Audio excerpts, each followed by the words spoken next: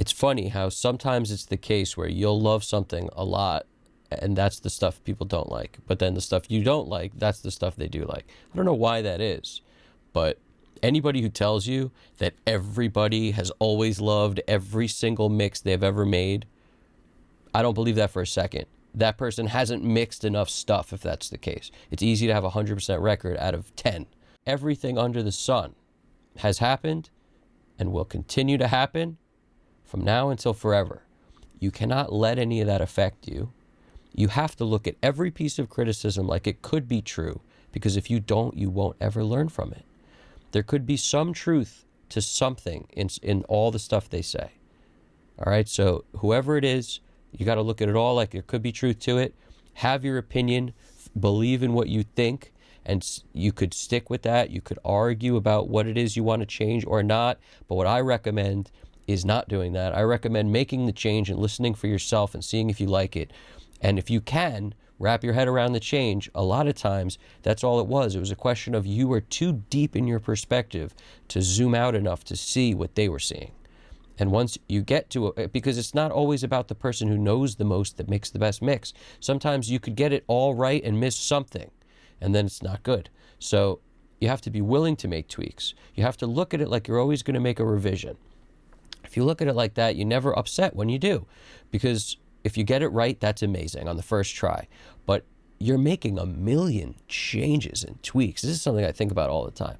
Every time you mix a song, think about every step and every twist of the knob and every click, every little bump here, little more here, little cut there, little compression here, the amount of permutations that you could get from one song with the amount of plugins that exist in the world and all the creative choices that anyone's ever made and we've all learned from, and all stuff we haven't learned from because no one's ever done it yet, the new stuff. If you think about it, there's so many millions of permutations that you're doing a million things every time you mix. What you're expecting by somebody to love it on the first try every time is that they're going to love every single decision you made. It can happen, but also the better you get, the less and less things are messed up where it doesn't matter. The more and more things that are messed up, that it's almost like smaller and smaller things that matter less and less on the spectrum are what's messed up in the end, the better you get. But the odds that nothing will be messed up, that's still slim because there's so many things that you are doing. You understand what I'm saying? You're doing a million things. So the odds are one time you may come across something that is abrasive with their taste and what they like.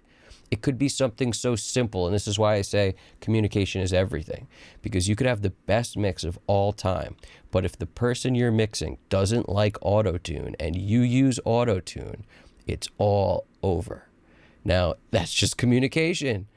It started a thing for me a while back where every single song I mix for anybody, I ask them if they like auto-tune or not most of the time, because I don't want to be in that position where I have to go in and make another mix and they couldn't even listen to it because they don't like auto-tune on their voice, even though it needed it. You understand what I'm saying? Or something. Because that's the other thing, is like sometimes people don't realize their voice needs things until they hear it. And then they're like, oh, okay. And then they may want to hear it without it.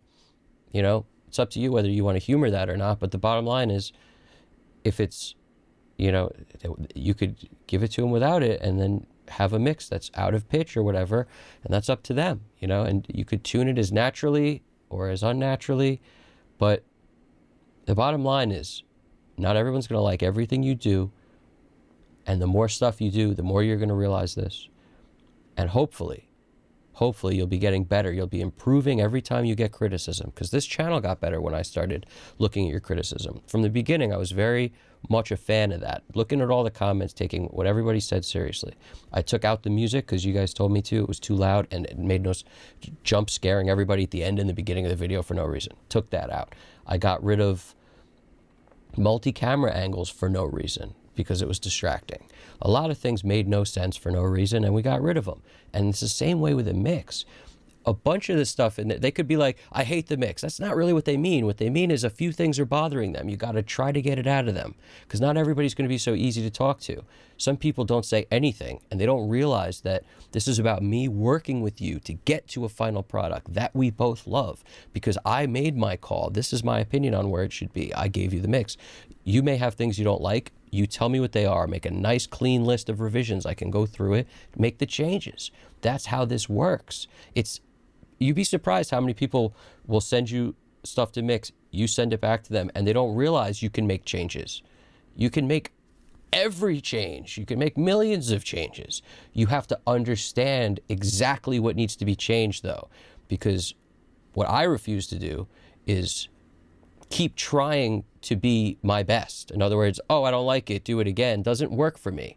I need to know exactly what you don't like. I need to understand something. Even if you don't get what it is, we got to talk enough to be able to figure it out. That's the bottom line. If we don't communicate enough to be able to figure out what it is, it's never going to be able to be fixed.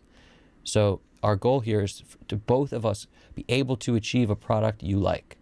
So if your issue is you can't communicate, we have to talk until you can and figure out what it is that you're trying to communicate. If you don't know the lingo, we're going to talk until we dissect exactly what it is you know that you're trying to get to.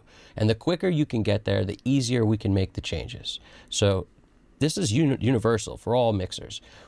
I would almost guarantee you every single person who's mixing a song for you spent all that time and all that energy and tried to make it their best. But if a few of their creative decisions didn't go the way you were expecting them to go, all you got to do is tell them. Like I said, they may have made a million decisions you do like and 10 that you don't, or 5 that you don't. And the 20, those 5 or 10 that you don't is like the biggest thing in the world to you, but you don't realize a million decisions were made to get to the point where this is way better than what it was. We just got to fix whatever issues you have. That's how it's going to be most of the time. All right. So keep in mind, your taste is the most important, but you need to hone your taste, and you need to realize that it needs to come from a place of truth.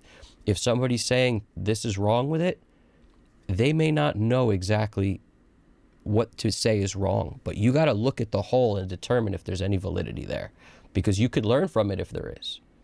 In other words, hope that what they're saying is true.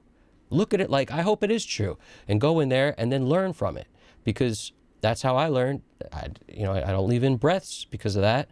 Like, that's how I learned. You got to look at it like, man, this guy might be telling the truth. What's wrong? And then I go in, because if you just discount all the feedback, you're never going to improve, in my opinion. You have to almost fight against the grain and come out the other side to get better at this specifically.